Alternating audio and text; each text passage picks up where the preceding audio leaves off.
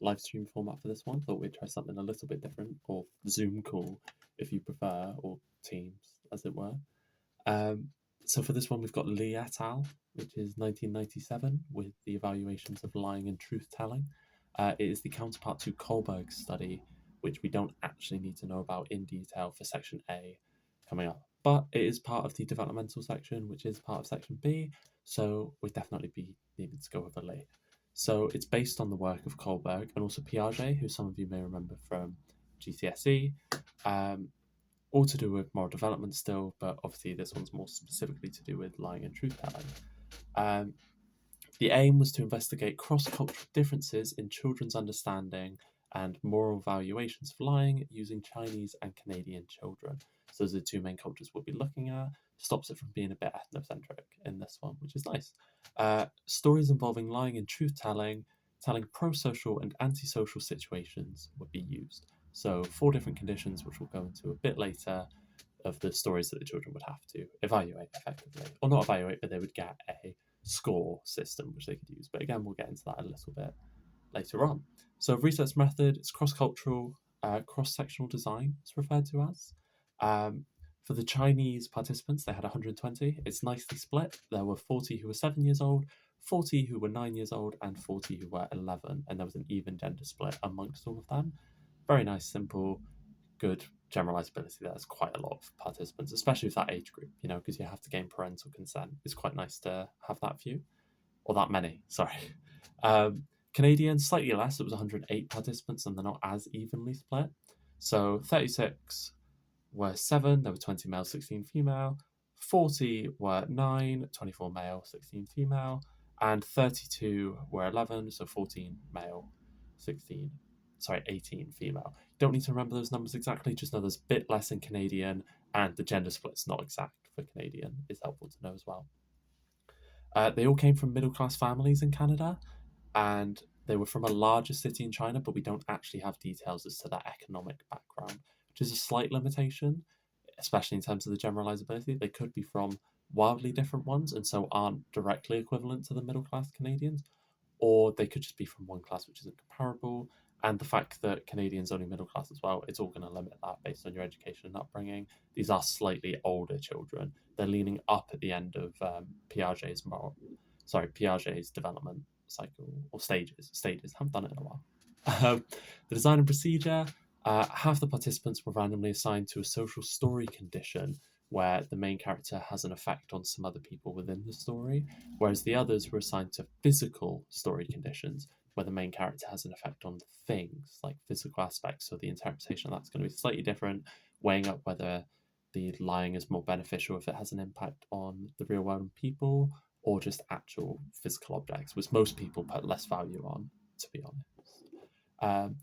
The participants, the stories were read aloud to them. They got 4 stories each, and they were written to be familiar in both cultures. You don't want to have to go into China and read like an English Humpty Dumpty story. It's not going to be familiar. You're going to be skewing your results a little bit there. So they were designed to be familiar to both of them.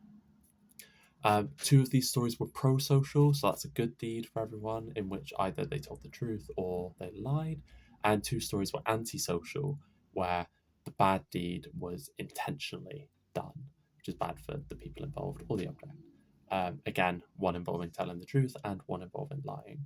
So they were asked a question at the end of the deed, again, in which 2 lied, 2 told the truth, and the children were given a 7-point rating scale. So it was made to be more child-friendly, with the top one being very, very good, and the bottom one being very, very bad, which was represented in 3 black crosses for the bad and 3 red stars for the good.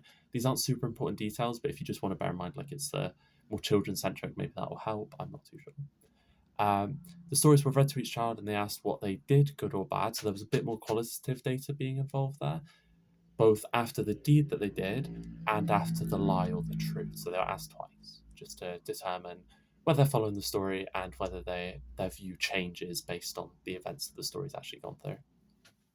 With the results, on the scale, both groups were similar in rating lying negatively and telling truth-telling positively. Like, overall, all these children saw lying as bad and telling the truth as good.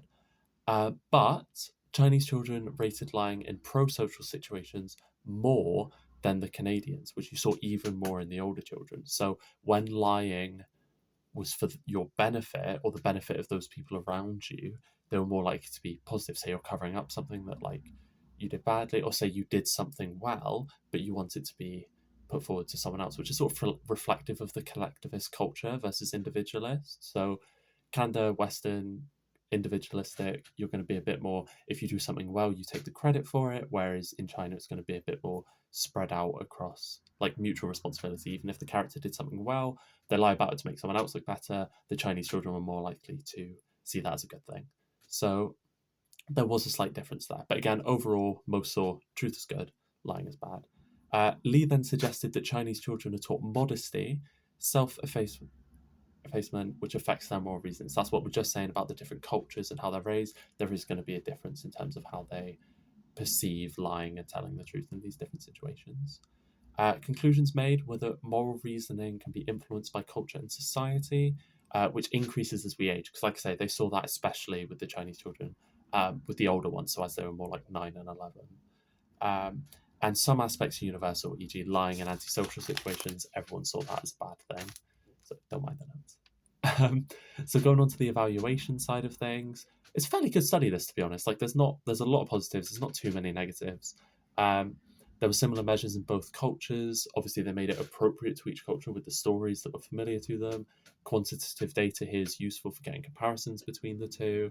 The stories were age appropriate. They weren't too complicated for the younger ones to understand, whilst not being too simple for the older ones to get bored by or just like have the answers be really obvious effectively. It was easy for the children to make judgments because the scenarios were familiar. They're not, again, at GCSE, you may remember some of Piaget's stuff with egocentrism. Some children can, at a certain stage, can't express, can't see themselves in other people's shoes. So the stories were appropriate so that you could get that reflection without it being egocentric. So it did show whether basically their views on lying and truth telling were theirs rather than being influenced by something external. Um, Alternating use of good or naughty in stories meant children had to listen, reduced order effects. So yeah, there was a variation in how they were reading. They weren't making them too formulaic, and the children were engaged throughout. So again, they're not just like randomly putting at the end. They're getting intentionality out of these children in their responses, which can be quite difficult, especially with the younger ones. It was all standardized, highly replicable, good lab experiment this. And it's a large sample, fairly equal, and range of ages across them. So especially compared to some of the other ones that we've done, good amount of sample, especially important if you're comparing cultures. You don't just want to get a very small subset of that culture. It's going to skew your results. So negatives on this side, there's no qualitative. People don't know, or we don't know why children gave the answers that they did. We just know the answers that they gave. Because even if you ask the children, they might struggle to fully articulate why they chose the answers that they did or how they view that, because they just haven't got the vocabulary yet or quite the verbal understanding as to the choices they make. So we're trying to maximize intentionality from what they're doing, but it's not always fully possible because that I didn't ask. So that is definitely a flaw, that it's just quantitative data. Low ecological validity. Children aren't always being read stories to see how they find lying and truth telling. If it's actually them in that situation, they may act differently, they may view it differently. Always going to affect it, always a problem with lab experiments.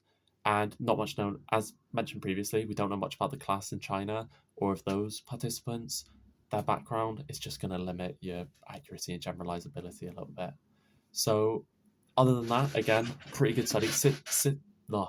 Structurally, very sound study. Some of the application can be a bit limited, but you're always going to find that with that age group. So, for what it's researching, it's genuinely quite solid. And then practical application, it shows other factors that affect moral development, like culture and modesty, which, if you remember back to Kohlberg, they didn't look into much at all. They just assumed that culture had no impact after doing very brief research in Mexico, I believe it was. So this is looking much more in depth than that. It's following up on the work. That's a good one to bring up. They might not do it because they haven't mentioned Kohlberg, but if there's a question to do with how does Lee et al. Improve our understanding of children's moral development or something like that, any sort of question like that, you want to look at your early study and think about what the new study does that's different to that. Often they'll link better. Like if you have a Milgram Brocchiara, it's much easier to see what that one did comparative to the other one, or Piaget Levine. They're nice and simple. Individual differences is going to be a bit more difficult because they're so vastly different. But hopefully, they wouldn't give you a question like that because it is tougher in that regard. Um, but yeah, for here, looks at culture, brilliant. Shows other cultures aren't underdeveloped, just different. It's that different perception, how you're growing up. Sort of helps just reduce a bit of bigotry by understanding. You know, you can't trace that directly to the study, but that is a potential application of this, that you're showing that as a result of someone's upbringing, they are going to work in a different way. They're going to have views in a certain way. It's not always just due to individual, like how they're born. It's the way that they're raised, and it shows that we do share some common expectations and ideas, which is good to know that there is that unifying link. You know, people saw truth telling as a universally good thing. People saw lying as mostly a bad thing. So there is that commonality across these cultures. Sort of links it to the debates. If you've got to bring it in like that, it's very nurture. You know, you are showing that these children, despite being of similar ages, based purely on where they're growing up, it's going to affect how they perceive lying and truth telling. That's very nurture. You know, it's a very good example to use in here. It's quite environmentally deterministic, though. It's saying that if you are raised in a specific culture, you will think in this certain way, or you will have views on lying and truth telling and morals in this certain way based purely on where you're growing up. So it's quite out of your hands. It doesn't really take into account free will. And this is always going to be a problem with like talking about children again, because even if they do have the free will to make the choice, they can't necessarily express that to you. And then the last one that you could potentially look at too, it's probably fairly reductionist.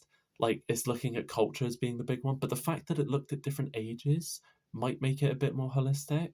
Like it did look at age, it looked at culture, um, and it looked at a little bit of class, although it didn't necessarily look into it. So I would say out of all the studies, it maybe leans a bit more towards holistic. Um, it's maybe not the strongest example you can use, but it could definitely be used as one. So I probably won't film these all for the other ones. Like I just thought this would make a nice change. I might not even upload to Teams. But good luck to everyone tomorrow. I'll try and record some more. My throat is getting a bit sore, but it'll be fine. It's good revision for me as well. And again, hope it's helpful. If you can, let me know if you prefer the video format, if it's more engaging, or if you prefer the audio. Completely up to you. Just let me know. I'll do whatever's